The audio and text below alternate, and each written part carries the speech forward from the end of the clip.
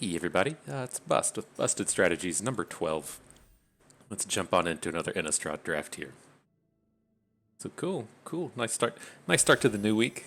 I hope your all's fantasy football teams and regular football teams are doing well. It's very important for literally everyone. Probably way more important than Magic. So hope that hope that's been going well for you. Okay, not a bad start here. Brutal Cathar is a fantastic unit, being able to come down and exile something, depending on how well you're able to flip day and night. If he does flip from the Moonrage Brute back into the Human 40, exiles something else, and so just ultimately pretty fantastic card. As we're saying, you really want to be looking for like a bomb or a removal spell in your first pack, and I wouldn't call him like a bomb, but he's pretty close. He's certainly above average. Otherwise, I mean, maybe some of these white cards will come back. White's pretty powerful in this format, and both the Outrider and the Search Party Captain are quite good. And then there's not really a whole lot of useful filler in this pack otherwise. There is the Brimstone Vandal if we would somehow end up in the Day-Night Flip deck. There's the Bait Hook Angler if you end up in blue-white. There's some decent stuff here along the way. Just no good black no good black cards, which is kind of odd. Okay. Okay. Well, I would love to take the Haunted Ridge, but I don't think that's in the cards for the day. And the thing we've kind of been touching on here recently is I'd like to just take whatever I think is the strongest card in each of these opening packs, because it doesn't feel like a format where you're really struggling to get enough playables. And so there are formats in the past where we would look to just take this Cathar Commando. It is a reasonable 2-drop, but I don't think that's what we're going to be going for here. In this case, I'd rather be taking either the Purifying Dragon or the Shadow Beast Sighting. And I'm just leaning towards the dragon here. I'm not the hugest fan of drafting white-red. It's one of the worst color combinations in this format. I would kind of rather be drafting green-white, because we do really like these Shadow Beast sightings, but I think it's hard to deny that the Purifying Dragon is just one of the most powerful cards in the format, and so that's the one I want to try here. Not sure if this is appropriate. Again, I really love the Shadow Beast sighting, but green white isn't really the home where you're maximizing maximizing the sighting anyways. Okay. So I am reasonably happy with this Candle Grove Witch. Again, this has been like a fairly medium quality set of cards. I'm not the hugest fan of anything that's really been showing up here, but as far as this goes, I'm cool with either the Candlegrove Witch or the Festival Crasher. The Festival Crasher plays reasonably well in these red-white decks, especially if we're able to assemble the spell that the white spell that puts a +1/+1 counter on something and gives it vigilance, and it also has flashback attached to it. Gives this Festival Crasher loads of attacks to work with, but here, I'm just going to keep it simple with the Candlegrove Witch, because I'm pretty sure we'll be drafting white, but the other kind of color is more out there. Okay. So, I mean, there are some high quality cards in this one. We have the Clear Shot as the big kind of green removal spell, and one of the colors that really struggles with removal. The Hobbling Zombie is a reasonable black card.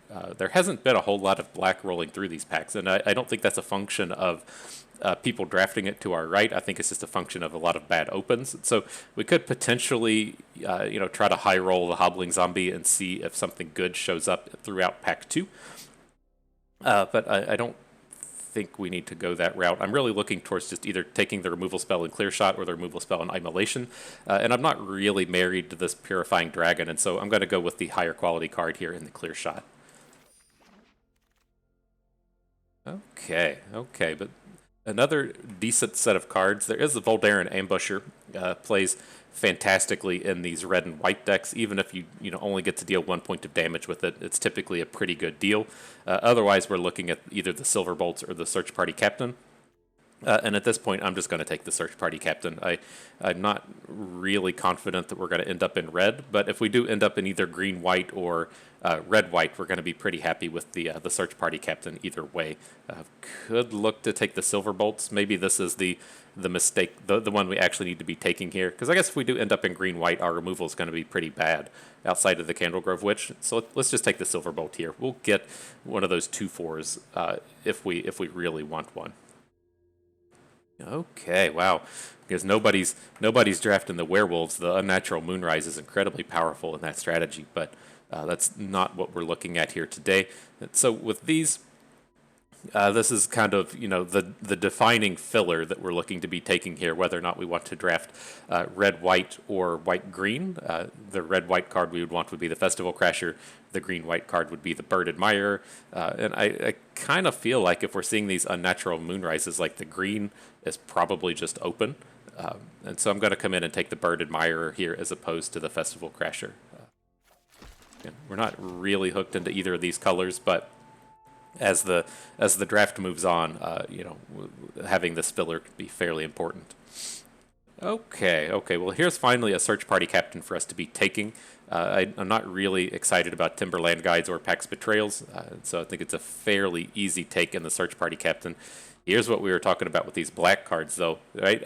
I was pretty confident that the black was just a load of bad cards being opened and not so much someone drafting black. And now that we're seeing the Siege Zombie and the Eaten Alive in this pack, I'm pretty sure that idea was correct. I mean, I could even see potentially switching over to white-black. I thought about trying to to click back onto the white card, but it was too late. The Eaten Alive has been taken. That's where we're at. So at this one, Morning Patrol is going to be fine. Loads of filler here. Gosh, we're not even really attached to any color at this point. We just got a decent collection of cards across way too many colors. So we'll pick up the Morning Patrol. I'm pretty sure we're going to end up into white. Not taking the Elementalist. I mean, can look at the Arrogant Outlaw. We are, kind of hoping that these black cards just show up here. I think that would be reasonable, but I mean, there's no really playable green or red cards otherwise. I mean, the Elementalist is fine, and the Howl of the Hunt's fine, but I think we might be safe to just kind of move into black here. Oh, there's a Tireless Hauler. All right, not a big help, but we do have the largest color, the largest pile of colors we have here is green and white. So the Tireless Hauler is a nice late game play. Here, I'm just going to take the rare. We'll get a Dawnheart Rejuvenator if we want one. Not a bad set for the green cards. We'll take the Pestilent Wolf here. I prefer the 2-drops that can potentially trade up with anything.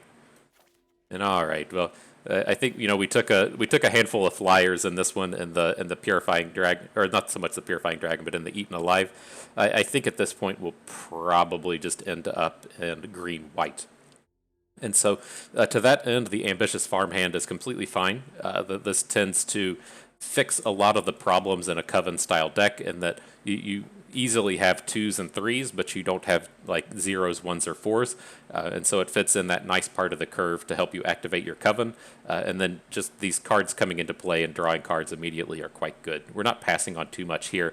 The next best thing within our our non-blue options would just be the Silverbolt, and so I feel pretty good with the Farmhand. Okay, but yeah, the Eaten Alive, I don't feel like we've gotten too far off track here as far as these cards are concerned. So with this one, I'm looking just to come into the Shadow Beast sighting now. I don't think we're going to end up in black. Our green cards are pretty reasonable. We have good removal spell and clear shot, good later game play in the Tireless Hauler.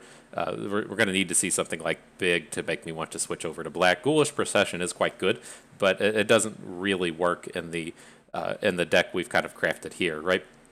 If you're in the Aristocrat style deck, the black-white sacrifice deck, then this is one of the actual key cards that you can have. But we're more along the lines of a green-white Coven deck. We don't have the sacrifice effect. We have the more aggressively styled units. So with this, I'm just going to come in and take the Shadow Beast sighting. Again, as we talked about with the Farmhand, it's very easy to have a board full of 2s and 3s. It's the 0s, 1s, and 4s that are a little bit more challenging to actually come across. Okay, I think it's pretty safe to say that we're drafting green-white at this point. So let's get these off-color cards over to the sideboard and keep this a little bit more intact. All right, and so with this one, it's like we are trying to get into constructed. I'm just going to take the on-color land here. We aren't missing out on entirely too much. Like, we would be okay to play duel for dominance. I like one of these. Would be okay with Cathar Commandos, but the rare space is where it's really burning us in constructed, and so picking up these lands just gives us so much reach as far as constructed is concerned. Okay, well, green seems to be open. Happy enough to pick up these Rise of the Ants. This is a fantastic later game play, and then there's just not too much else otherwise. We're just missing out on the Bounding Wolf. Get so much reach though when you're running around with these Shadow Beast sightings and the Rise of the Ants. The flashback on these is fantastic. Here, second Shadow Beast sighting. Excellent, excellent. Looking pretty good. Looking pretty good. I mean, even I see things like Grizzly Ghoul. This has grown on me quite a bit. If you can kind of get like this early game aggressive curve with the Grizzly Ghoul, and then if you make like a trade on turn 4 and this comes down as a 6/5, it's a pretty good deal. But here we're happy enough to just pick up Candle Traps. It's a reasonable removal spell for our green-white deck. Okay, loads of good green. Green is certainly open to our left. I think I would rather pick up the Burly Breaker as opposed to the Tireless Hauler. I'm not really close on that, though. I mean, I do like that the Tireless Hauler has Vigilance. Lets him kind of control the combats a little bit better. But the Burly Breaker just having the pile of stats tends to be a little harder to trade into. But it's tough. These, help us with the combats in the late game since it can block, but the stats on the other one are quite nice. Here, I'm not sure how many Candle Traps I feel like are too many. I think we can pick up one more if we want it. I don't really like playing 3 and 4 Candle Traps, and so I'm going to take the Curve Filler and the Harvesttide Sentry. Kind of the same thing here with the Silver Bolt. Just a odd set of cards. And also, like, we shouldn't have too much trouble hitting Covens in this deck. I would like to pick up a Might of the Old Ways, but I think I want to take the Curve Filler unit and the Pestilent Wolf here. It's just a little bit more important, I think, than those awkward combat tricks. So nobody's drafting Werewolves today, passing both the Kessig Naturalist and the Unnatural Thing in the previous pack. Wild. It's wild. But here, this is all coming together nicely. We've been passing on these Duel for Dominances. Again, I really just want one. And so that was a nice pickup there. We got a good filler in the Bounding Wolf. This was a pretty good pack for us. Sideboard, please. So yeah, this looks good. This looks good. So let's see what we're able to pick up in this one. It's looking like just another Tireless Hauler. This was a pretty weak open for us. Just a big old mountain of Grixis cards. Just the Tireless Hauler, the Duel for Dominance, and the Blessed Defiance are the only green and white cards showing up here. We did in the previous video draft a Crossroads Candle Guide. I wasn't opposed to this. I didn't hate it. It played out reasonably well. But I don't think that's what we need here. We're just going to pick up the Tireless Hauler. Give us some good late game potential. All right. Well, here's a strong one in the Duelcraft Trainer. Passing out these double strikes can take over quite a few games, and then especially if you're playing against, say, like blue-white or green-white, these decks that don't have the kind of directed removal, the decks where you're trying to limit your opponent's board with like Candle Traps and Lost in the Cemeteries. Just having this dude hang out on the board gives him a lot of potential just to completely take over. Big fan of the Duelcraft Trainer. Okay, a fairly weak set of cards again. But how do our threes look? I'm just kind of looking towards the Bird Admirer here. This is a painful set of cards to be passing this late with the Play with Fire and the Rite of Oblivion going by. But what does our curve look like? We have like 2 3-drops that we're kind of interested in, and then 2 that are kind of in the filler territory. Okay with Bird Admirer. Don't feel like we need the Rejuvenator here. So it's either going to be like the Admirer or the Cathar Commando. Maybe we just pick up our first Commando, so we do at least have some access to enchantment removal. Okay, well, the Outland Liberator's a fantastic piece of enchantment removal. Now that we have a second pack showing up, just a bear that upgrades into a 3/3 is a pretty decent deal. Not too upset about picking this one up. So yeah, at this point, I mean, I'm really just kind of interested in. I'd like to pick up a combat trick, and that's really all we're asking for. Jeez, look at the foul plays rolling through now as well. It's insane to see this go so late. But that's not what we're doing here today. It's a little unfortunate with cards like Join the Dance. We didn't pick up any of the kind of like go wide strategies, right? We don't have any of the green white Coven 3/3 that gives your team +1 attack. We don't have any of the thing that gives your team +1/+1 or 2/1 if you have Coven. So I don't think we're going to be getting too much value out of Join the Dance, but not much else to take here. Another painful set. I'm going to take the Snarling Wolf. I love the ability to go up to a 3/3 in this format, but this black was here. This is what we were talking about in Pack 1, just seeing all these black cards roll through so late. Feels kind of bad. The green was certainly open coming from our left, but maybe not so much from the right. Okay, well, happy enough to pick up Homestead Courage. This one's been kind of growing on me here recently. That'll be a decent filler card here. We have a ton of units. We're at like 20 units at this point, and so a lot of those will be coming out. Okay, another pack with cards we're not able to play. So we'll just put the Grizzly Ghoul in the sideboard. Okay, well, we could consider playing 2 Duel for Dominances. Our removal isn't spectacular here. All right, man, the green-black was definitely here. I'm curious if we should have, like, I'd kind of thought about it when we were considering taking black cards, if we maybe just switch into green-black. That might have been the place to be here, but we got hooked on our Brutal Cathar here fairly early. Here, Bird Admirer, Great Table. Pestilent Wolf is good. So, I mean, this again, it could have just been a weak set of packs. Seeing those cards table that late, it's tough to tell. But we have the tools to do something interesting here. We can perhaps go along with this. Yeah, the problems with this, we didn't see any of the green-white cards. So like the kind of go wide strategies just never showed up. That would typically be the uncommon 3/3 for 3 that if you Coven it gives your team +1 attack, and then things like, I can't remember the name of the Join the Festival or something that gives your team +1/+1 or +2/+1 if you have a +2/+1 if you have Coven. But nonetheless, I think this is okay. Our top end looks pretty reasonable here with the 2 Shadow Beast sightings and then the 3 Tireless Hodlers. I could consider playing 18 land, but I don't think we're going to go that route. And so let's roll through here real quick and see what we can take out quickly. Farm hands are good. I think we can -1 on Duel for Dominance. I'm not opposed to taking out all of these Harvest-Tide Sentries. They can be okay here. I just don't, having that Coven ability to be able to attack through, that's probably warrants it staying. Let me see. Let me shoot up the curve here a little bit.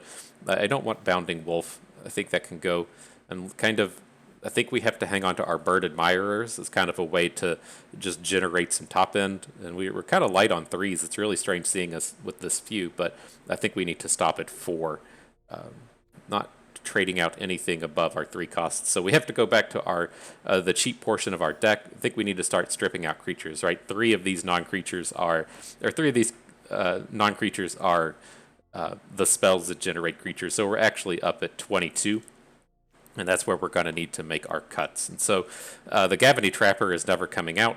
I want to keep on to the Snarling Wolf. Again, like I'm looking at Join the Dance as being fairly weak, but I kind of feel like we're going to be using Join the Dance, the Snarling Wolf, the Gavany Trapper as the means to hit Covens. And then I do want to be hitting Covens with our Candlegrove Witch, our Farmhand, the Harvest-Tide Sentries, and so I think that's okay to keep. I'm looking at just stripping out these Pestilent Wolves, like all of them. That gets us, reasonably close to where we want to be. We still have to cut 2 more at this point, and it's close. I mean, I could see taking out a Bird Admirer, but I kind of envision us, like, as the later game pushes on, like, we're just sitting on board with a Board Admirer, and then we just get a flip once the Tireless Holler comes on the board. So I think it's okay to hang on to the 2. wanting to take out Join the Dance, I think this can go.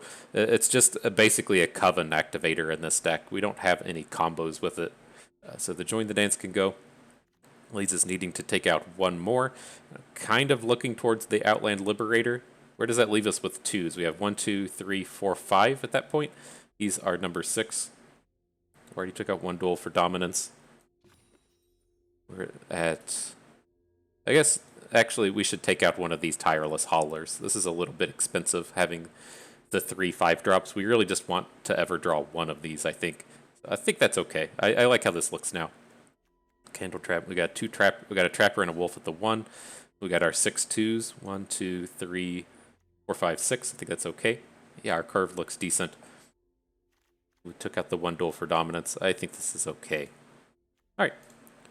On to battle.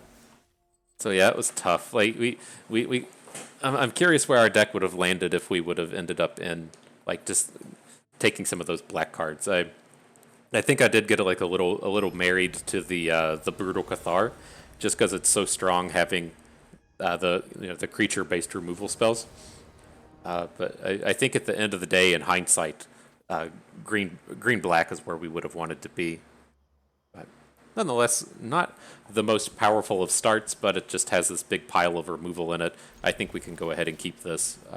Would prefer to be a little bit more aggressive than we're able to do here, but I think this is okay.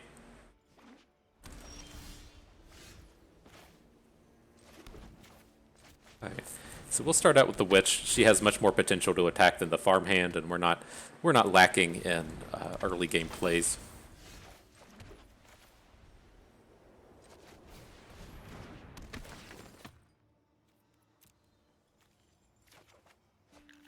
Alright, and then no attacks. We're getting, if we draw a handful of cards, we can just hit this Coven next turn. If we hit one of our 0s, 1s, or 4s. Potential to flip the Farmhand here as well.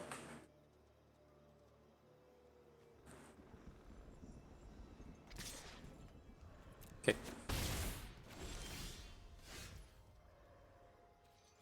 Another one. I think it's okay to take down the Bird Admirer. I don't hate it. Otherwise, we're just playing our Bird Admirer.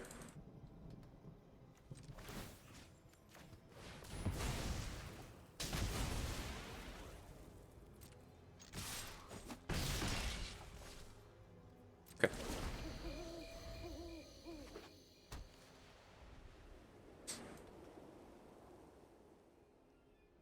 But we'll see if we shut him down. Like, we are looking to get one of these combats to where we get like the 2-for-1 with Clear Shot, where we're able to, you know, he tries to trade our bears, and then we're able to +1/+1 our bear, and then shoot something else down.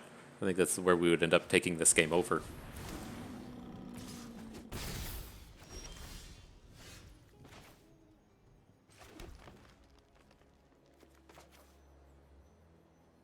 Well, hang on. We can do it this way. We can add the Bird Admirer. We're going to have Coven for this.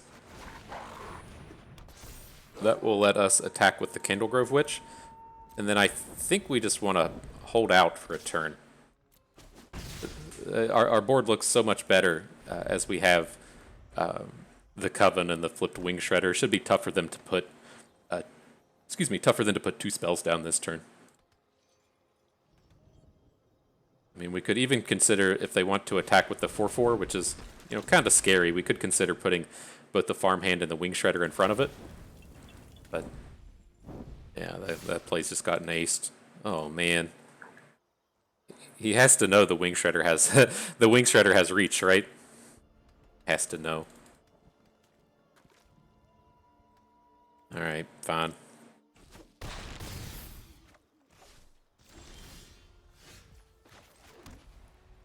Okay, but I mean, we can't Candle Trap and Clear Shot at this point. It's tough to decide. I don't think we're going to be able to pull off the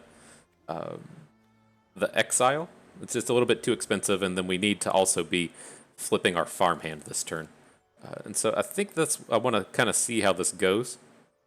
Oh man, if we... Hang on, here's how we need to do it. We need to move into combat. That's going to give our Candlegrove Witch flying. And then once the Witch has flying, we can flip our Farmhand.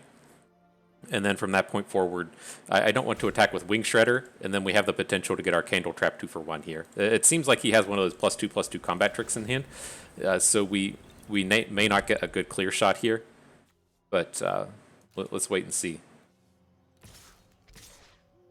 So the attacks are free. Let's wait and see if he blocks anything. We don't have to flip the farm hand here, but I want to. I think the way this game is kind of shaped up, we want to be getting the lifelink hit in.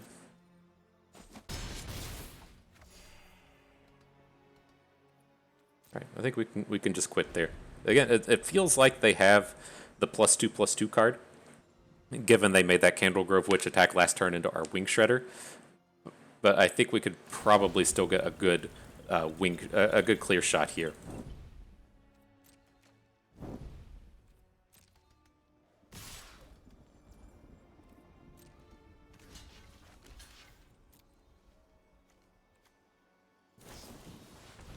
Oh, the indestructible one. Oh, that is painful. I forgot that it boosted it up. I just stopped it thinking it was going to be a +2/+2. Interesting he didn't go for the lethal.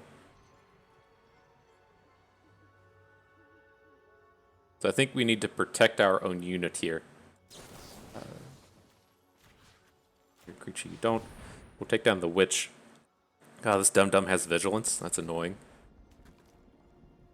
But yeah, that was like we knew the play was happening, but the Flare of Faith giving indestructible was pretty painful for us.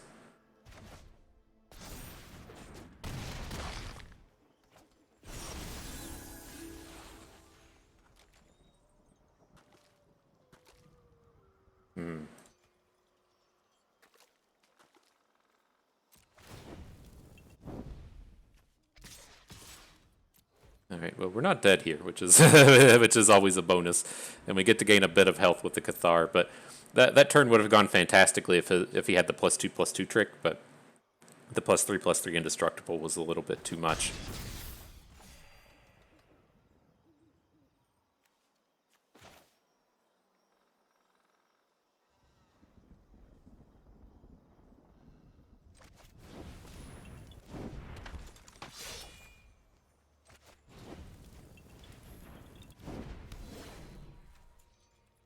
Okay, and then taking out the Dawnheart Warden means that he can't just lethal us with this 4/4 now. Our blocks should hopefully stay good. We can take the 4 and fall to 1, and then Bird Admirer on the Griff. I have to imagine if he had a second combat trick, he would have just killed us last turn, or at least gone for it. Again, I thought that was kind of surprising that they didn't just play the combat trick onto something else. All right, if we're dead, we're dead. But I think that we're safe in this space.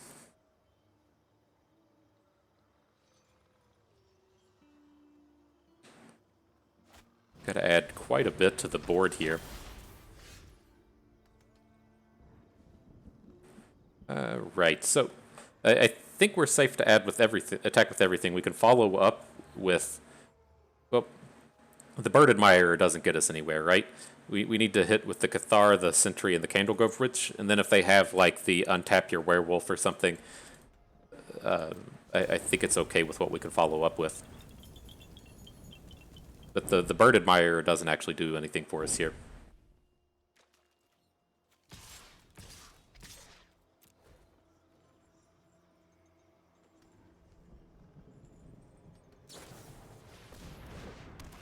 Loyal Griff Part 2, sure.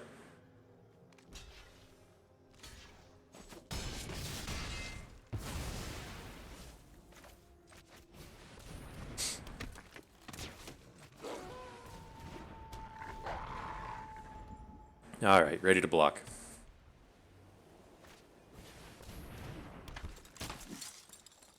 We just win, right?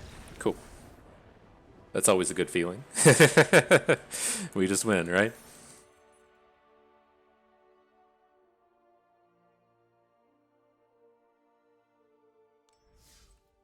Right.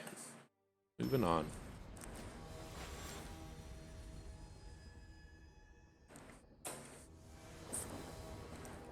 Man down 83. Another one of us old fucks out here playing the Magic cards. He's a little older than me, but we're out here with our salt and pepper beards and receding hairlines playing the children's card games. All right. Well, here let's take the aggressive stance on this and start with the Harvest-Tide Sentry. If it gets to come in for an attack next turn, that would be fantastic. Looks like he's gonna get to. Let's at least do it. We did this wrong the last game. It doesn't. It's not super relevant, but we'll at least play the planes that they've seen. Good attack. And then, I mean, next turn we could potentially get some double strikes going with this Dualcraft Trainer. He's a high-powered bro here.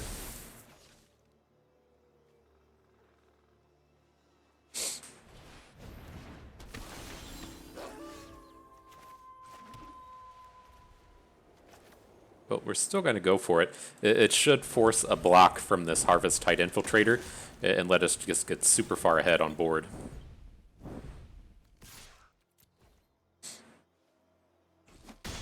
He's taking all the damages. And he's a pretty good blocker on the back end. So I would just take the 5 here if he brings it in, but that's what's up with Dualcraft Trainer. He can be a real pain in the butt.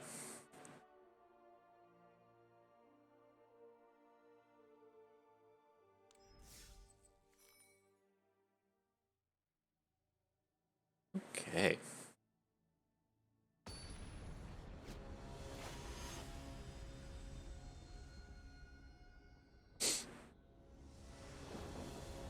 Player 81436. Here we got a mulligan this one. There's just not enough going on that we can actually cast. That's a little more reasonable. We can trade out the Rise of the Ants, and we have some power if we high roll with the Dualcraft Trainer. But yeah, when I was playing under the most illustrious and strongest name ever made, Buttstuff 420, that lasted like 3 days. And they switched my name to one of these, this player, and then 5 numbers. I'm curious if that's what happened to our opponent here. And it was like, I couldn't think up of another good name. Like, that was already the best name that was out there, was Buttstuff 420, and so kind of a struggle. But here, we're getting the Coven hit in. Nice job for the Harvest-Tide Sentry. And then much like the previous game, if we pull up a land and we're able to get this Dualcraft Trainer going, it's extremely powerful. Big-time aggros.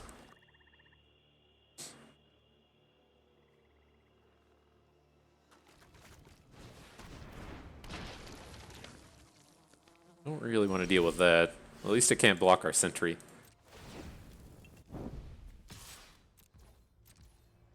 Okay, well, we got a reasonably powerful set of Coven bros out here. They all still interact favorably against this hobbling zombie, between the Dualcraft Trainer already having first strike, not being able to block the other two, giving double strike to something else. Not a good world for the hobbling zombie to trying to do stuff.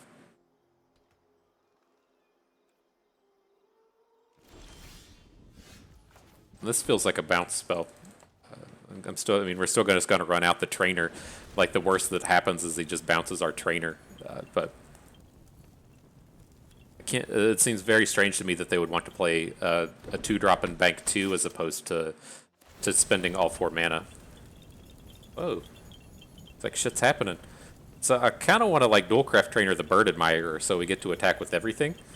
But we should probably realistically just be going for the damage here. If he bounces our 2-drop, it's not that big of a deal, though. I think I like, yeah, if we keep our Bird Admirer out of combat, then it is going to keep them from blocking with these Novice Occultists. I think that's fine.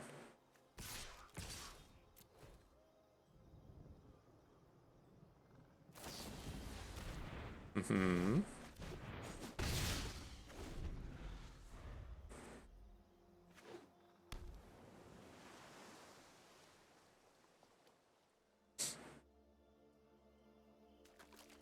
See, we're starting to figure out what the cards are.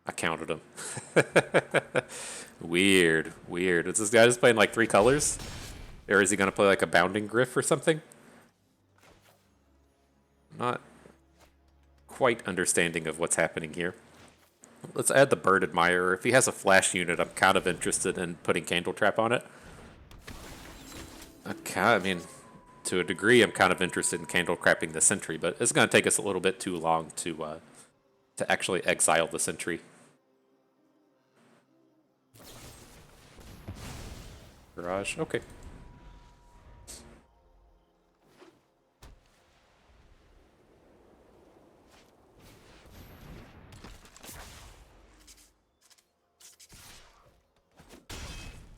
Uh-oh, here come the booms.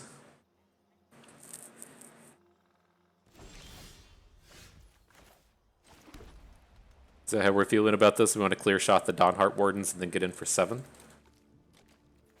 I think I like it. Creature you control, creature you don't control.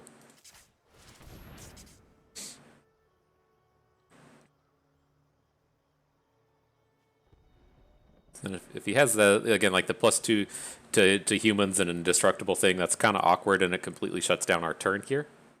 But if we get to boom in for all this damage, that'd be quite nice. Don't get to. All right. Fine.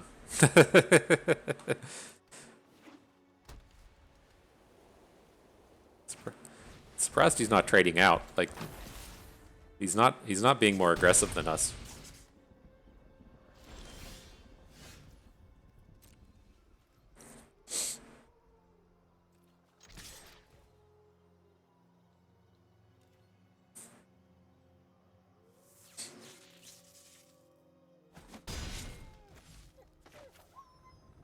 Okay. Got 2 potential plays this turn. We'll add the Outlander. We'll add the Morning Patrol. Looks good. I was expecting Rise of the Ants to be quite good here. If we drew that land, that was hopefully going to be a big blowout, but is he going to try and duel for dominance us again? This is why what he's trying to figure out. It feels like he's trying to duel for dominance us.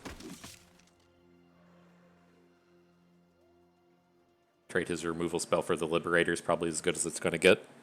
He keeps it. This is the way he keeps highlighting things. Yeah, sure.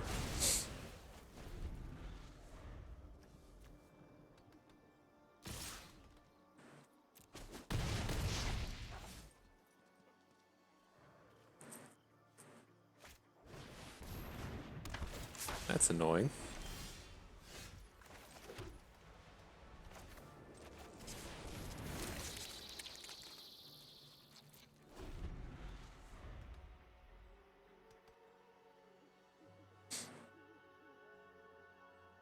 The ants are quite good here. Ants in the pants. Get them going. So we don't have Coven, but our ant attacks are still good. So let's get those in.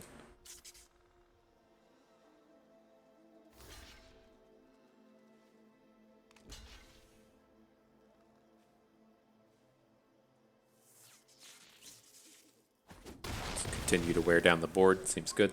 Got to play the land. We need to get up to 8 mana. And then none of this feels worthy of a Candle Trap. Let's just go ahead and end.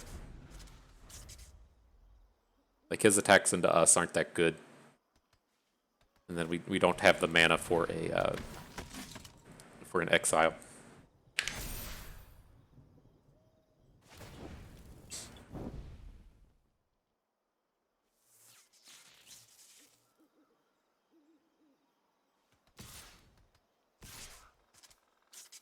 Bring in the heat, huh?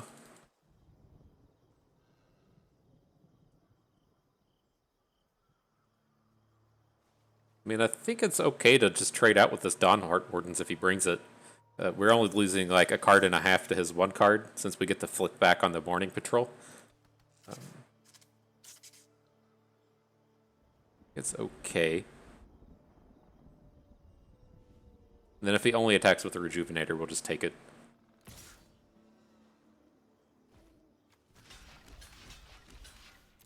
Kind of feel like if they had a combat trick, they would have just snapped it off.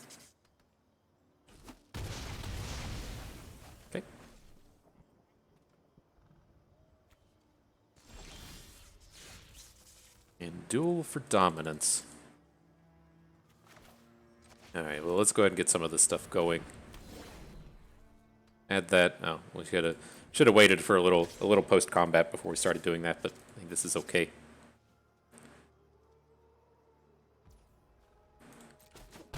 No block on the ant. Let's add the morning patrol, and then I'm going to go ahead and take down his silversmith. It's you should hopefully just be playing off the top at this point. I assume that they have like some unit that costs like 3 or 4 mana and they just couldn't play it. I mean, high quality chance they just had a land in their hand. It feels pretty safe to just take that down.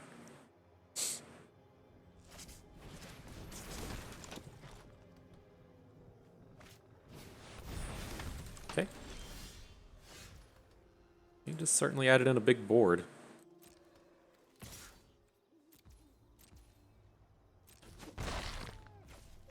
Having this Rise of the Ants linger is pretty painful.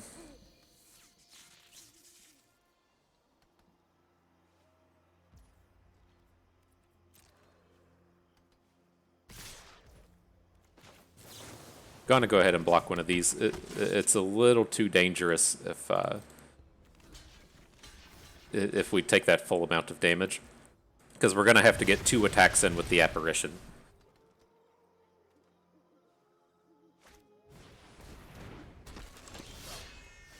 Okay, hopefully that's enough to seal the deal here. He's gonna have to draw something pretty good to get past the ants.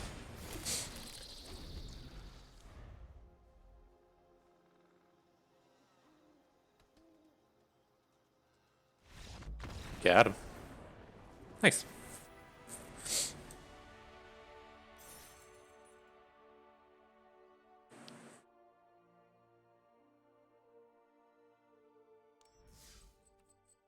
Where are we at? The 1400 gems? We're getting there. We're making progress.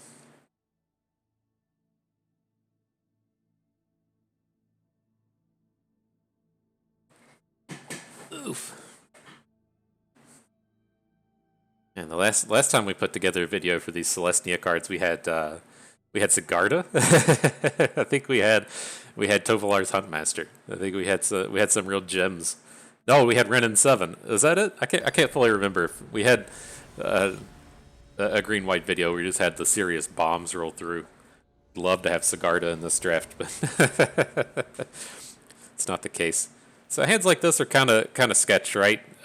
We're really looking to have at least a 2-drop to come down, but I can't imagine we want to mulligan away something like this. We're just not trying to be the control deck out here, and that's what this Bird Admirer double removal spell kind of hand wants to be doing.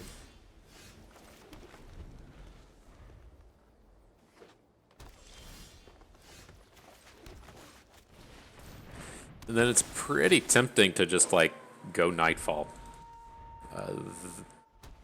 Maybe we would want to wait a few turns. Like, it's not that hard for green-white to play 2 2-drops in the same turn, but they haven't played any 2-drops, so it makes it kind of interesting. He took away our options anyways, but...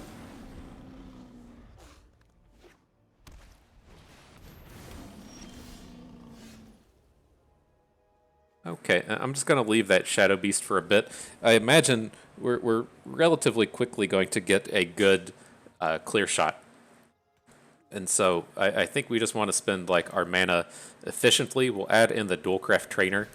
Should be tough for this deck to deal with. The next turn we can add like Snarling Wolf plus clear shot. And hopefully we can just jump super far ahead from that point.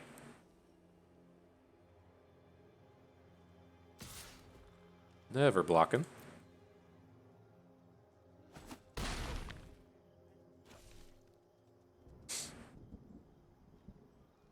He's gonna duel for dominance. This feels like he wants to duel for dominance.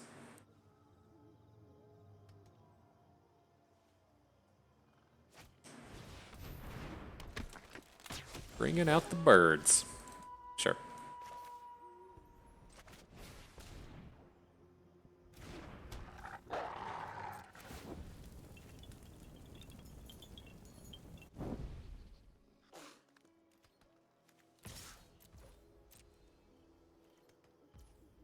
Getting domed, bruh. Getting domed. So how do we look at it from this point? It's like we can Candle Trap. We don't have to get like ultimate value out of this clear shot, but would be nice to get the 2-for-1 out of it. I have to imagine if he had the Duel for Dominance, he would have just played it, right? There's no way he's going to let us go into combat with Duelcraft Trainer if he has a way to stop it. So I think that's pretty safe. The combat trick aspect of this is a little scary, but there we go. Creature you control. Let's go wide and just take the beast, and then we can shoot down his.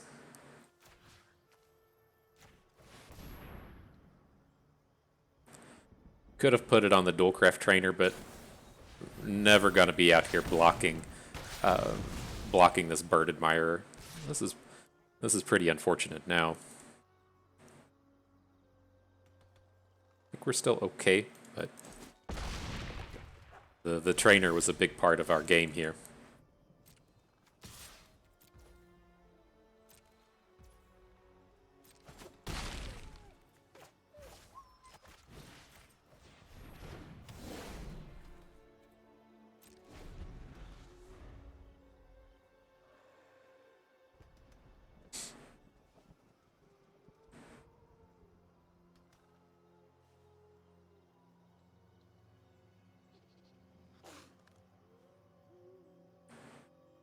Oh, the double tricks. Feels bad. Feels bad, man.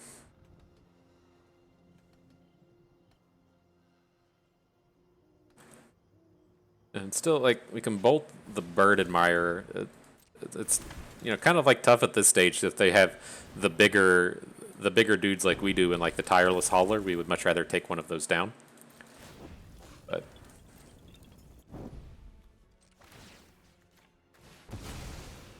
all right.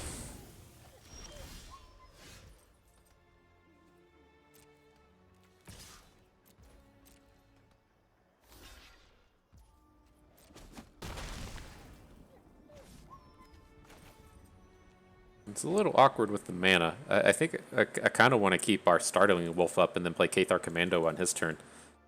Adding Bird Admirer does give us a blocker for the Candlegrove Witch. I'm not like amped about that. We need to be getting aggressive in here, and like once he hits 7 mana and can play more 4/4s, we're in a bit of a bond.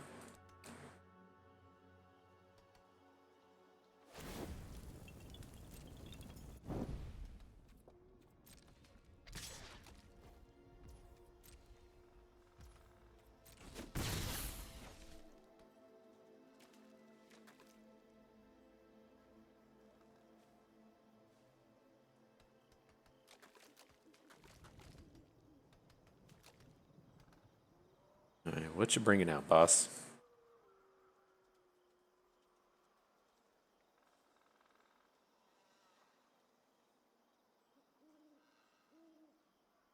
Lots of options on the other side of the table.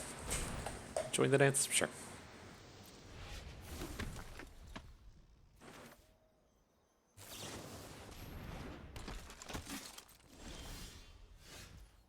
Makes me a little more interested in playing a Bird Admirer when they do that, but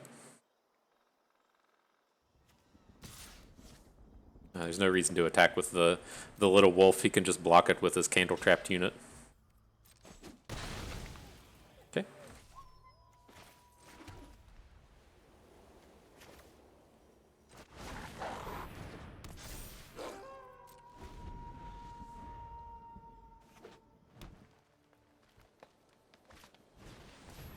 Uh-oh.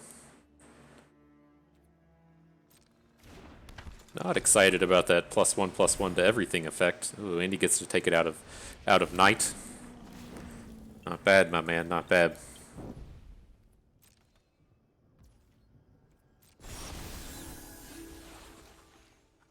We have to take this Cathilda off of the board. Let's see where we can get ourselves. We have Coven, so We might be able to get a good duel for dominance here, especially if he just puts the singular 4/4 in front of our unit. That's big time. Creature you control, creature you don't.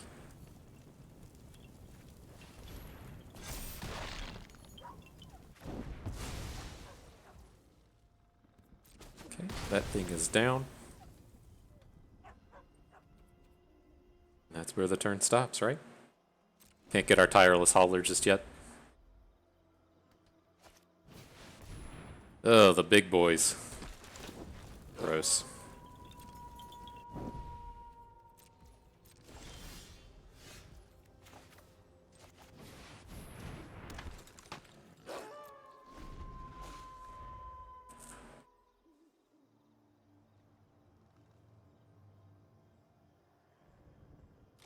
We just take a hit from the Burly Breaker.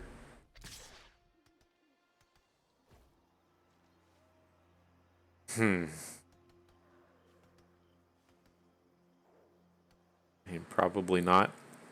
We get aced by a combat trick real hard, but I mean, if he had the trick, he probably would have just already ran it out, right? And at least this way, if he has like the +2/+2 Coven trick, we still take down his unit since we're putting 7 on it. And then if he has the plus to humans, so we're just blown out either way.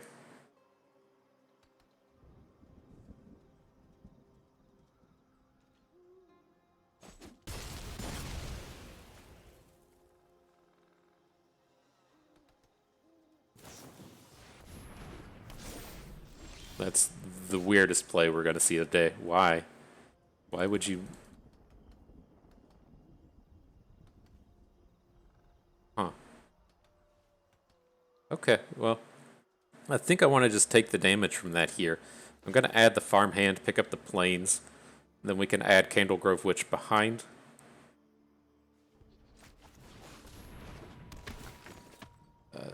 Take action. And then maybe we'll have a no play next turn to where we can get our Birded Mire in a place where it can try and deal with this witch.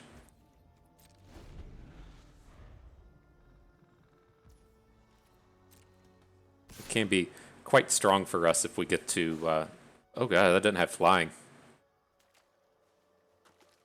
Oh...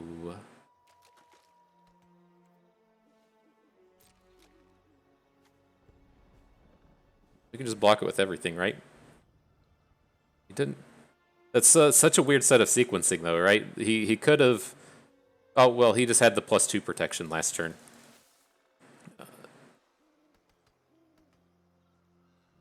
How bad is this if... Well, we just have to do it like this. If he has the indestructible combat trick, there's not really anything that we can do about it.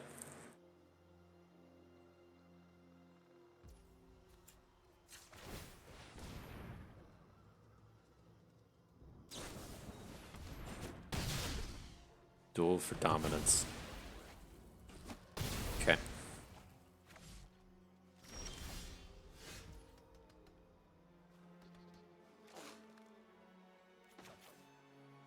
Like, I don't really want to Rise of the Ants. I want our units to grow here.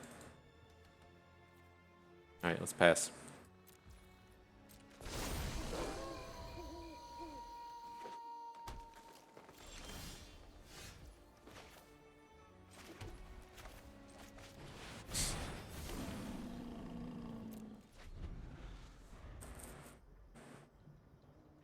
Phew.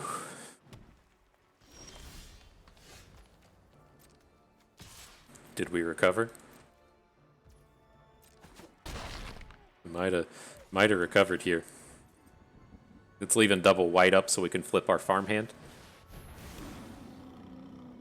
I don't want to do it just yet. We'll probably just do it on opponent's turn. We don't have a need for Coven. And we're going to be tapping out over the next few turns. Yeah, we got to take advantage of this while we can.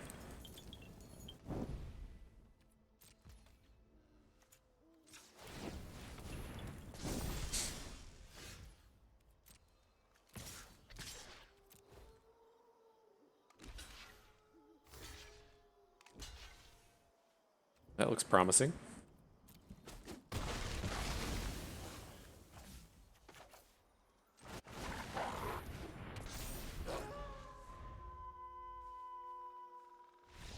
Nice. Nice.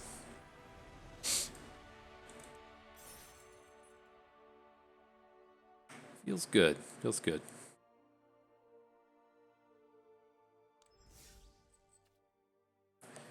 Getting that plus 100 gems. That's the sauce right there. Oh man, I just realized we got that.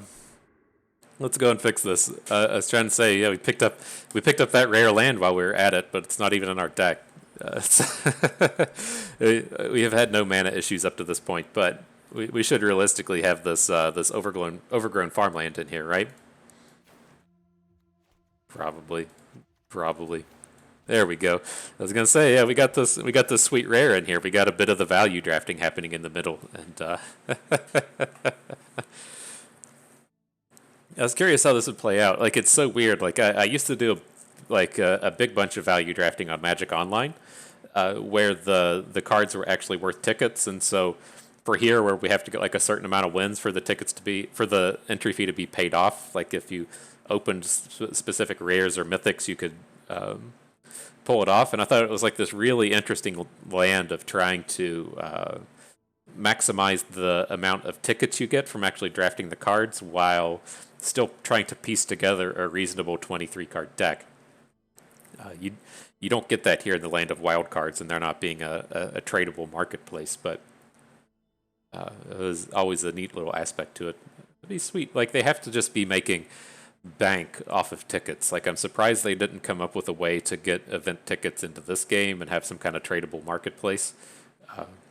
Slap up an auction house or something and just literally sell millions of dollars of event tickets every month. Like, I'm surprised they went with the wild card route. I mean, I'm sure some nerd did the math in this way. Works out, and they needed something different enough for Magic Online to where it wasn't like they were just reskinning an old project, but miss those aspects of it. This is just gonna draw out, right? Yeah.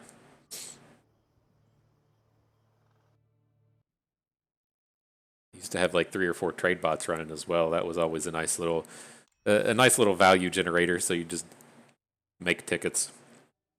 You had to keep up with it a little bit more than I would like. I did have people like not yeah how you'll see like the weekly winners on Reddit for whatever they're showing at MTG stocks. Like, some deck list would come out and the cards would like spike really weird in value, and you'd kind of miss it and just lose a ton of value. But even with those instances aside, it tend to just make multiple free drafts every week.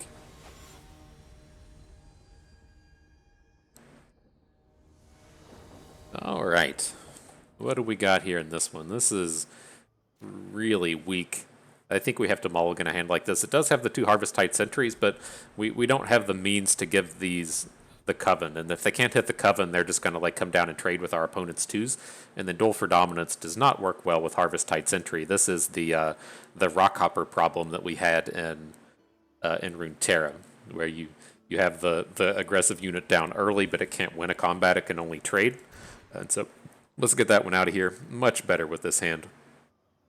We'll do the keep 6. I think we can just get rid of Forest since we do have the ambitious farmhand already. At least makes up for it a little bit having to mulligan away.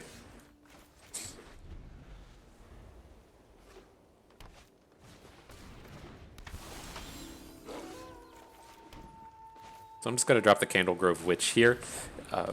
Very good chance next turn that we just play the farmhand, the trapper, hit the Coven, and get to attack with the Witch. Oh. He's going for it. So farmhand.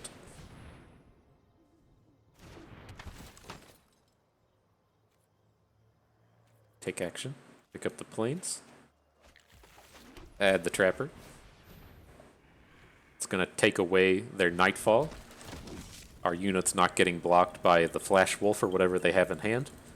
And feels strong. Feels good.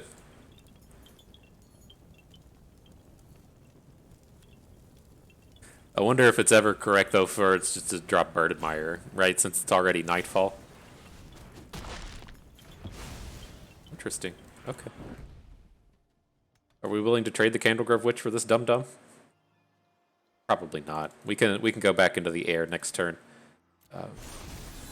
And we do have the Bird Admirer plus Homestead Courage ready to go on the Candlegrove Witch next turn. Just make a big old dude.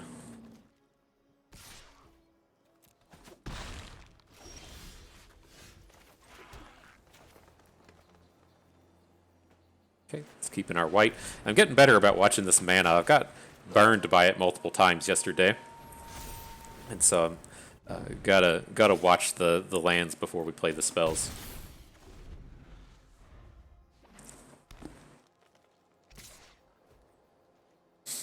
Okay.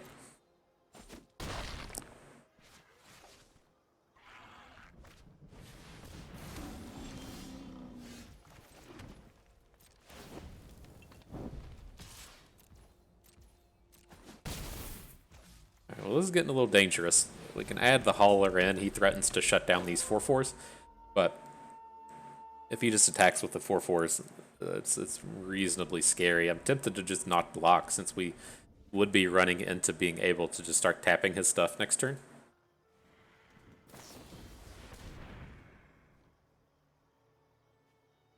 I'm gonna just redraw this.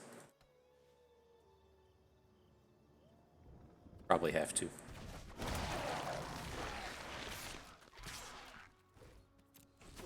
And we just have to have this go right.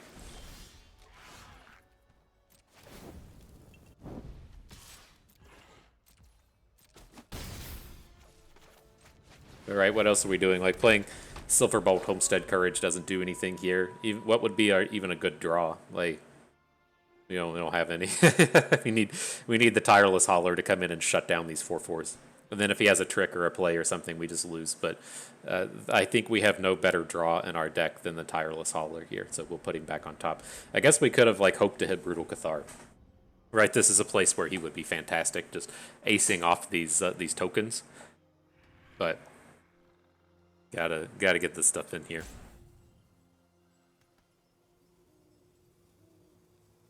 Looks like he's trying to line up something clever. He's highlighting our Bird Admirer and stuff like we're gonna have blockers. If he attacks with everything, I'm gonna put the Bird Admirer in front of the 2/2, the 4/5 in front of the 4/4, take 4, and just hope. Hope. That's all we got. All we got's hopes and dreams in this one. Okay, interesting. Well, if the first Hauler was good, I bet the second one is good as well.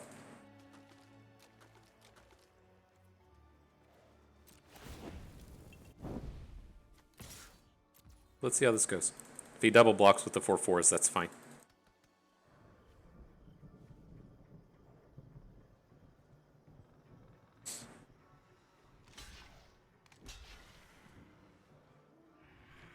That's a danger way to do it.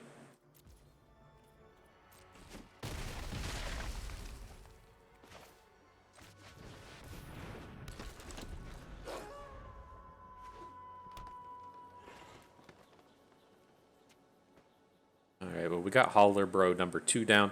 We're looking next turn to have just a good attack with the Homestead Courage, making a 4/4 out of the Candlegrove Witch, getting the shutdown on his Bird Admirer. And then we can also play Silver Bolts. So if he's making double blocks onto our Tireless Hauler, then we maybe take down one of the units. I don't like that. We got 0, 1, 4. Okay. I'm just gonna start tapping stuff next turn.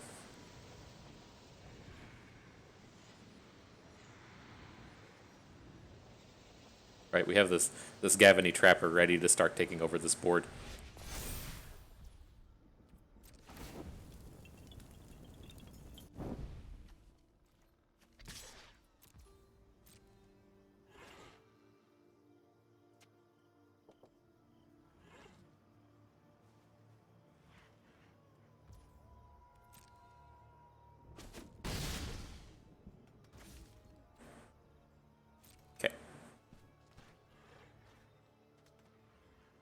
And I wonder what the chances are, like, if he misses his land, what the chances... Oh, he's not missing the land. He's got 7 because he has the Dawnheart Rejuvenator.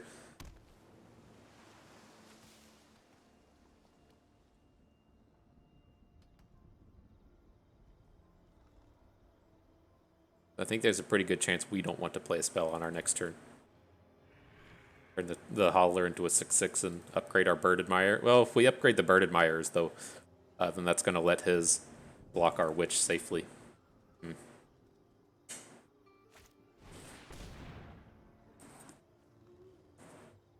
Oh boy.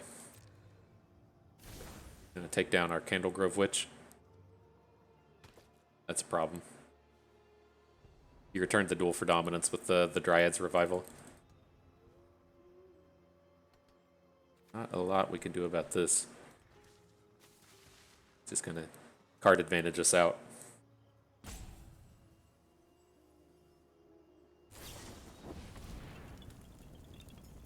At least the thing we can do here is we can Silver Bolts off the Bird Admirer and he loses his Coven.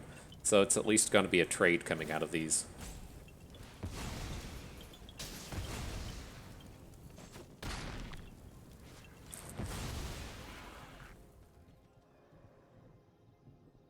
I think we can all agree that that sucked. that sucked.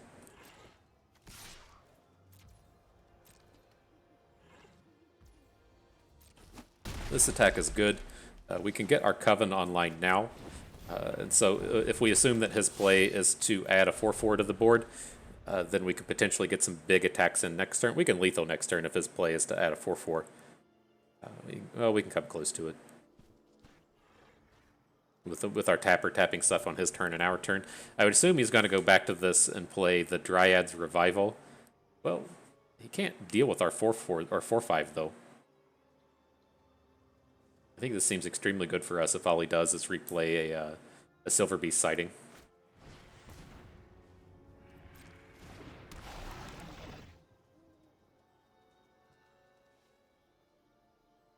So I picked the Coven back up. He can still duel for dominance off of the Dawnheart Rejuvenator. Just this? Okay, you can attack.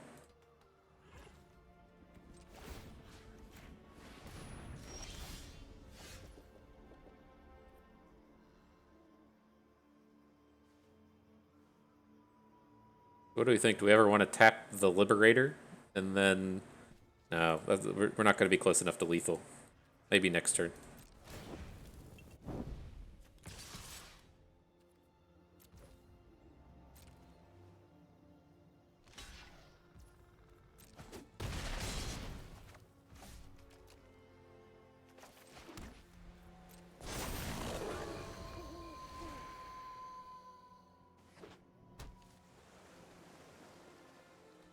So quite worried about the amount of work we have to do here. It's like we really need to be winning the game on this upcoming turn, and we don't have like combat tricks or anything to make this a problem for our opponent. Wouldn't be surprised to see them duel for dominance our Gavany Trapper. I think this is kind of the potential path to victory that we have, is if we can get a Coven attack with our Harvesttide Sentry. So he's going to have like the 4/4 and then the 3/3. What does he even duel for dominance here? Has to duel our Sentry.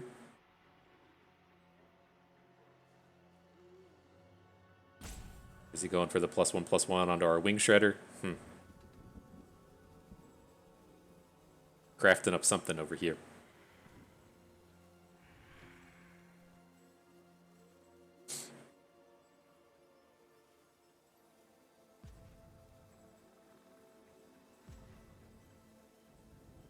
It's like it's close to lethal. The zombie onto the Sentry. Okay, nothing we can do about that. Interesting. That feels kind of like our worst unit here. We just win this game, right? We get to tap the beast. He can't attack. And we just picked up a Cathar as well.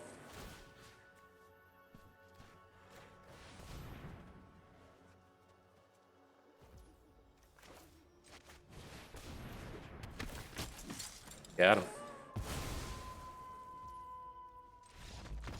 Oof. That's the stuff right there. Alright. Good job, Chandra. Good job. Does that get us to the final battle? We got 3 shots at the final battle today? Alright, alright. Hopefully we can do it. Hopefully we can do it. This doesn't feel like a 7-0 deck, but if we pull off a 7-0, I feel pretty good about myself. I don't know. Make for a pretty good game day. 7-0 in the draft. Watch the Chiefs play. I think we play the Chargers today. You'll see how mad we are next time. The last time I got to go to the Chiefs game, they played the Chargers.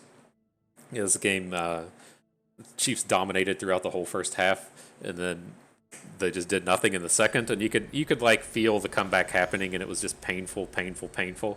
And then, if you're not familiar with Phillip Rivers, he talks a lot of shit. Here, this hand's too expensive. But he does it in like the most polite way, and he always has this like shit-eating grin on his face about the shit that he just talked to the other people. This is fine, and so it's like the Chargers come back. They're down by 1.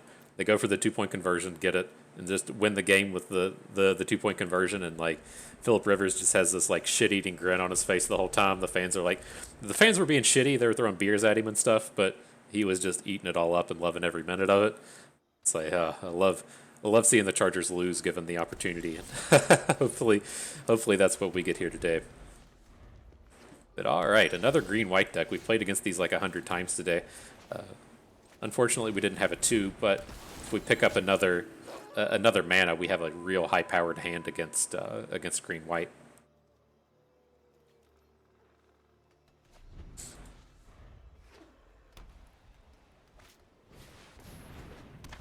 Matching this card for card. Ooh, that was a very important draw. Again, we hit the Shadow Beast, no attacks. Then depending on what they do, if they just like tap out for a unit, and then we get to Duelcraft Trainer our Shadow Beast, lots of potential for big time plays.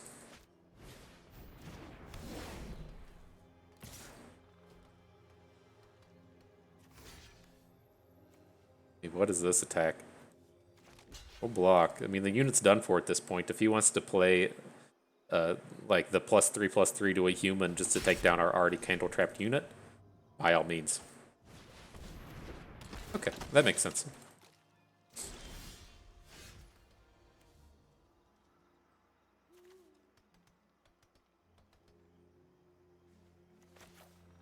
So here, let's add the land. Duelcraft Trainer is ready to go. Gonna double up our Bird Admirer. I think we're good to get these attacks in. He never blocks here, he just goes to 18.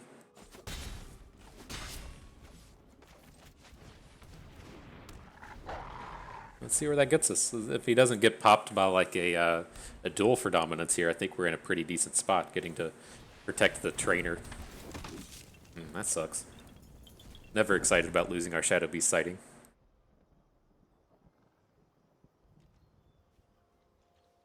He's about to have to pay a lot of respect to the Snarling Wolf. Make sure we're still Covened, okay?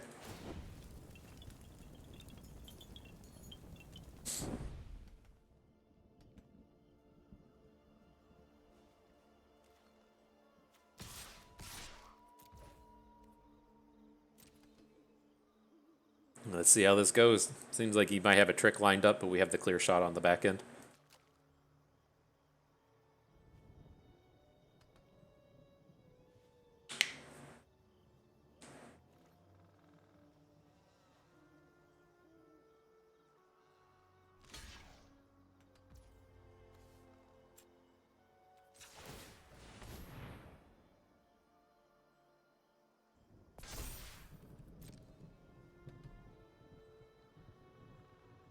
There's a trick coming down, let's be real.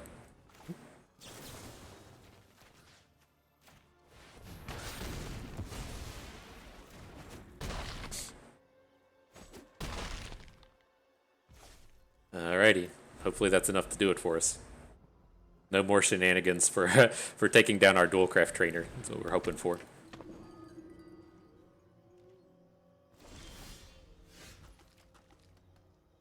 Well, he's kept an assload of mana banked up, and so I'm not gonna run the trainer into the board like that. Oh, 2 blockers, okay. That block with something.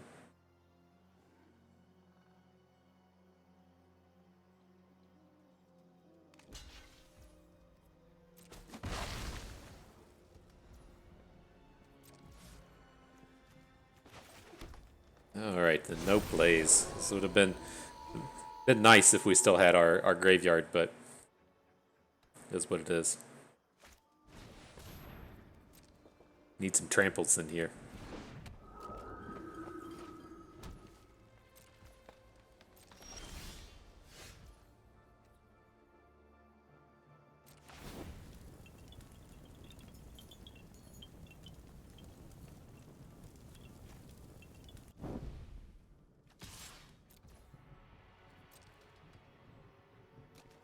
See how that goes. Like, we could try to trade the wolf into his wing shredder, but that feels kind of meh. I would like to see him just either, throw away the phantom here, which is fine, or just have to stack off a big pile of units into ours.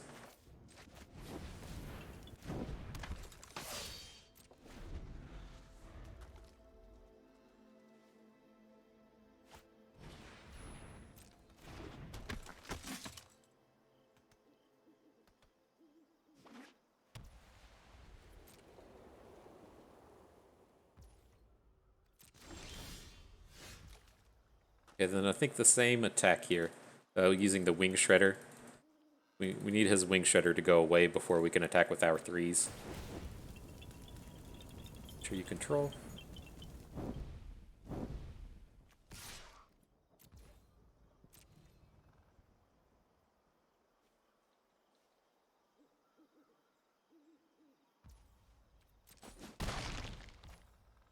Gets him pretty low, down to 4. Okay. Feels good. And then the Trapper, I mean, it's of course always fine, but it's not enough to shut down our Duelcraft Trainer, which is the big deal here.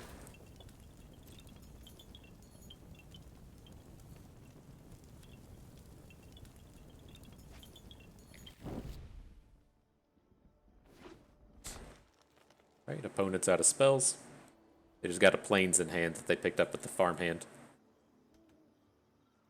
Oh, does he get to do this thing where he gets to tap our unit that we put the Duelcraft on?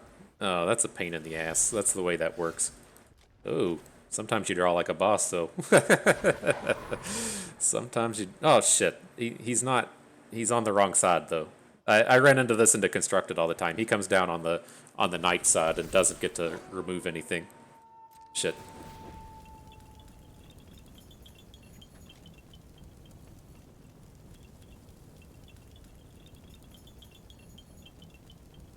So we still don't have a good attack at this point, right? Well, it depends on what he taps.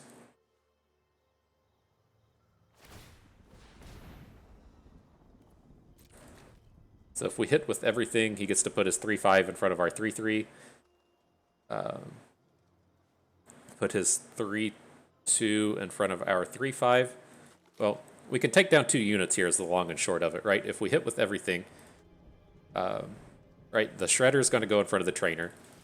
Then he has to put his Sentinel in front of our Sentry, and then the Farmhand in front of the Wing Shredder. So at the end of the day, we're going to have a Wing Shredder, not get in for any damage. This doesn't feel good.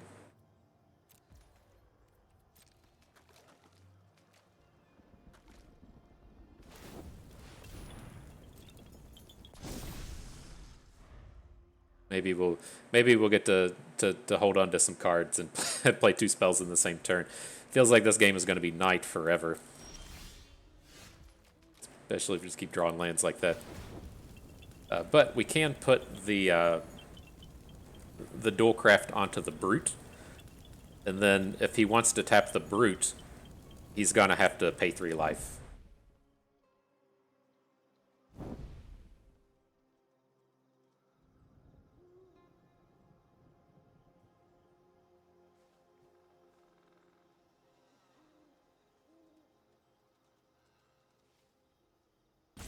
So how does our attack look at this point? He's going to tap our Wing Shredder? Yeah. And so, again, if we attack with everything, he's going to put Sun Gold Sentinel in front of the Brute. that have good blocks on everything else. So we're not going to attack here. I could almost see an argument for attacking with the Snarling Wolf since he has to block our big boy with the Wing Shredder. But this does build us up into good attacks next turn.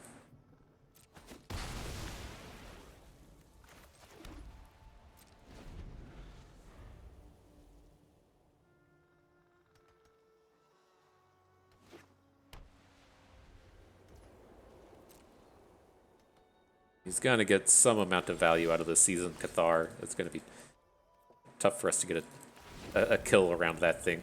So again, we want a Dualcraft Trainer the Snarling Wolf. That's fine. We're beyond wanting to send it back today, so we will be playing the Shadow Beast sighting post-combat here.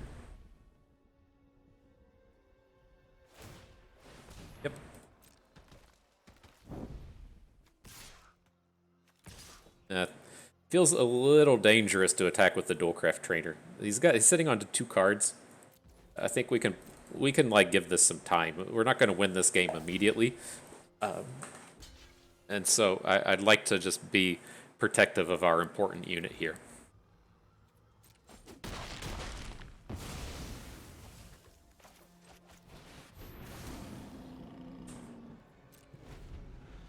Curious what this would be. I mean, he's either just holding on to land or he's holding on to like Sun Guard barrages, whatever the thing is that kills a unit with 4 health.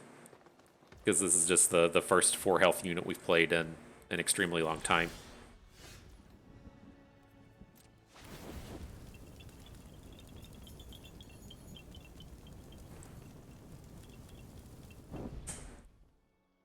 Going to tap here. We're still not lethal. I still feel pretty good about not attacking with the Dualcraft Trainer and just playing this safe.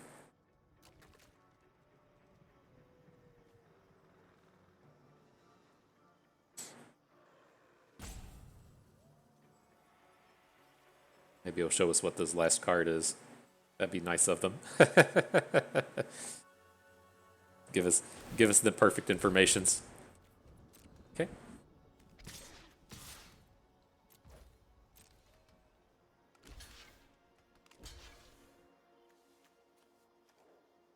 We'll let the Sentinel stay. We're just going to replay the Shadow Beast sighting here.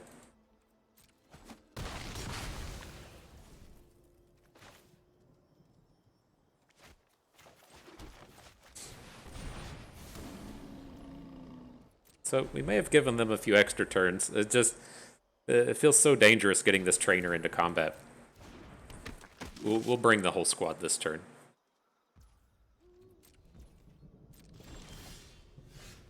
Oh, well. That makes it a lot easier as well.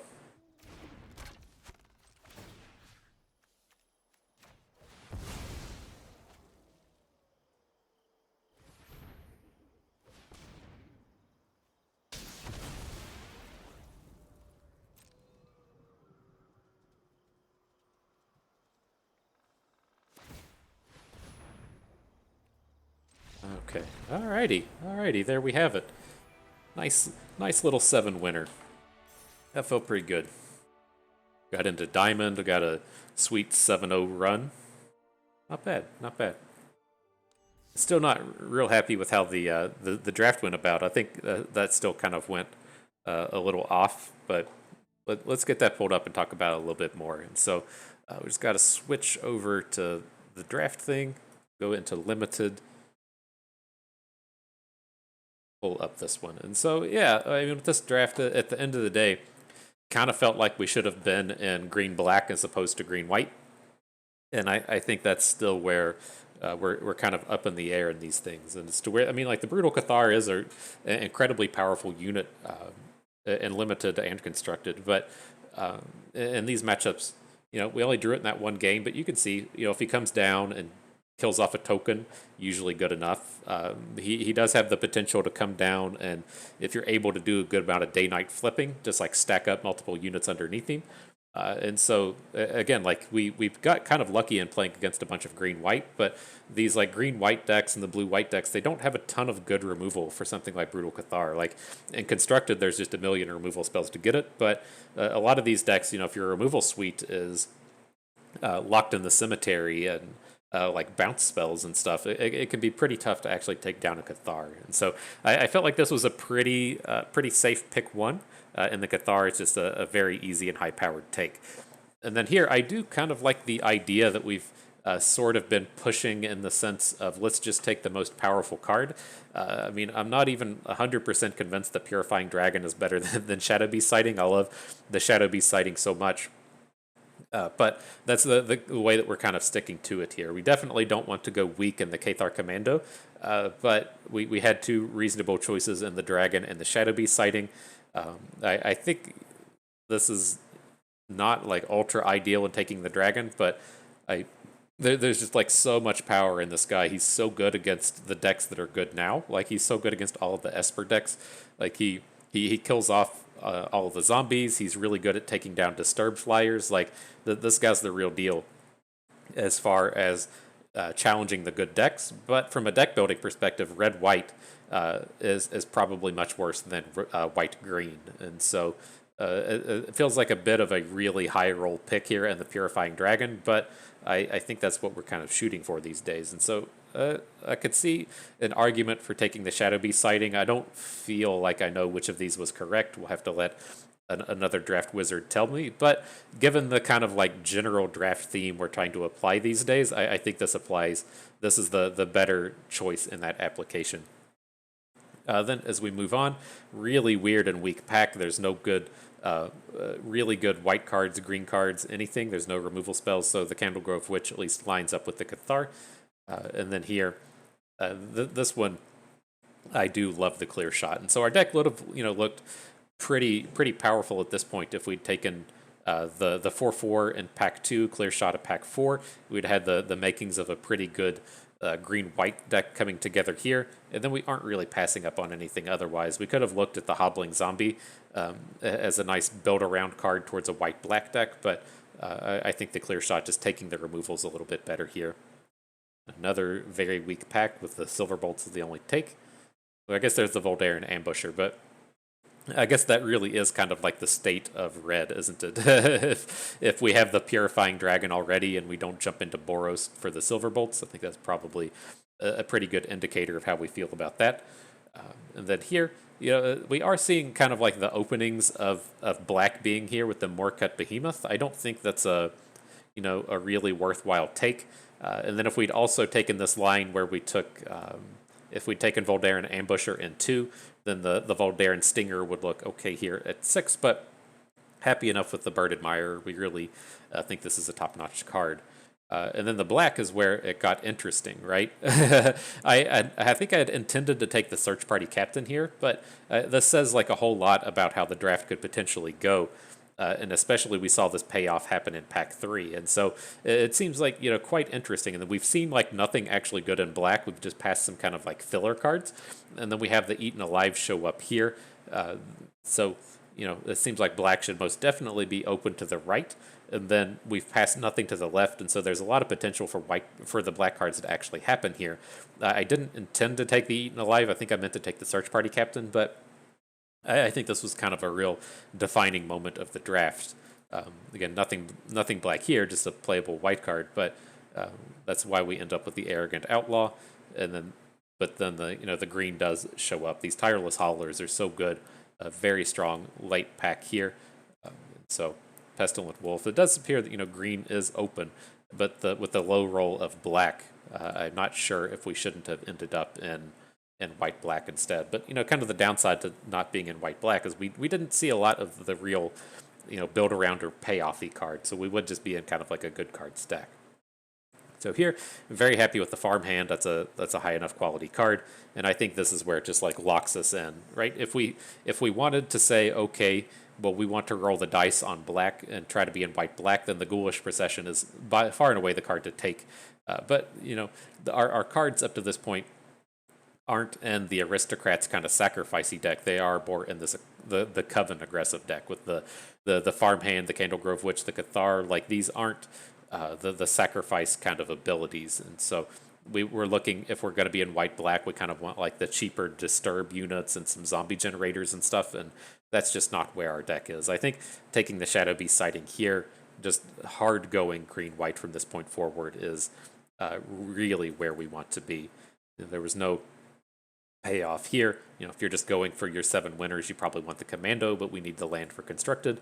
And then there's no black card payoff at this point. So I do feel pretty good about Rise of the Ants. Maybe green-black was the place we would have ultimately wanted to be in, but I don't think the black ever showed up in terms of wanting to make a switch. I think if we had some like eccentric farmers or some I want to call it Puffcat Peddler, but the Death Sprout Mushroom or whatever it is, maybe we could have considered it that way. But I think this turned out reasonably well. So yeah, cool. Not a bad draft, not a bad trial. So let's see what these prizes look like here. Claim all of our gems in our packs. See what we open. We'll call it a day and get ready for some football. What do we got here? Bunch of. I think that was something for the Mastery Pass, getting the random D&D pack. Yeah, that one's not exciting. Let's click the old open 10. What do we got here? Yeah, we got a couple mythics. That's nice. Really just kind of like, we need to find the lands. I'm interested in trying Bloodthirsty Adversary. I don't think the deck exists for it and constructed. I haven't even seen this thing. 6/6 Flying Trample Demon. Sacrifice another creature. Somebody mills 3, pay a life, add a colorless. Only play cards from your graveyard. Wow. That guy seemed pretty bonkers good. What else is there? Oh, 3 mythics. Go us. Whenever dude enters the battlefield, if you cast it, return 2 creature cards, 2 or less from your graveyard to the battlefield.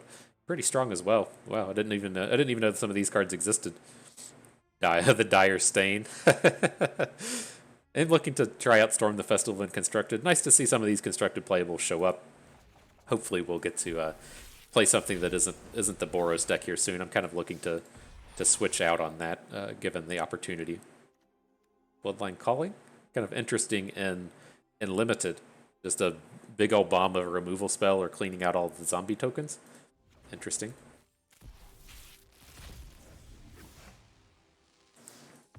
What else we got here? More Dire Stains.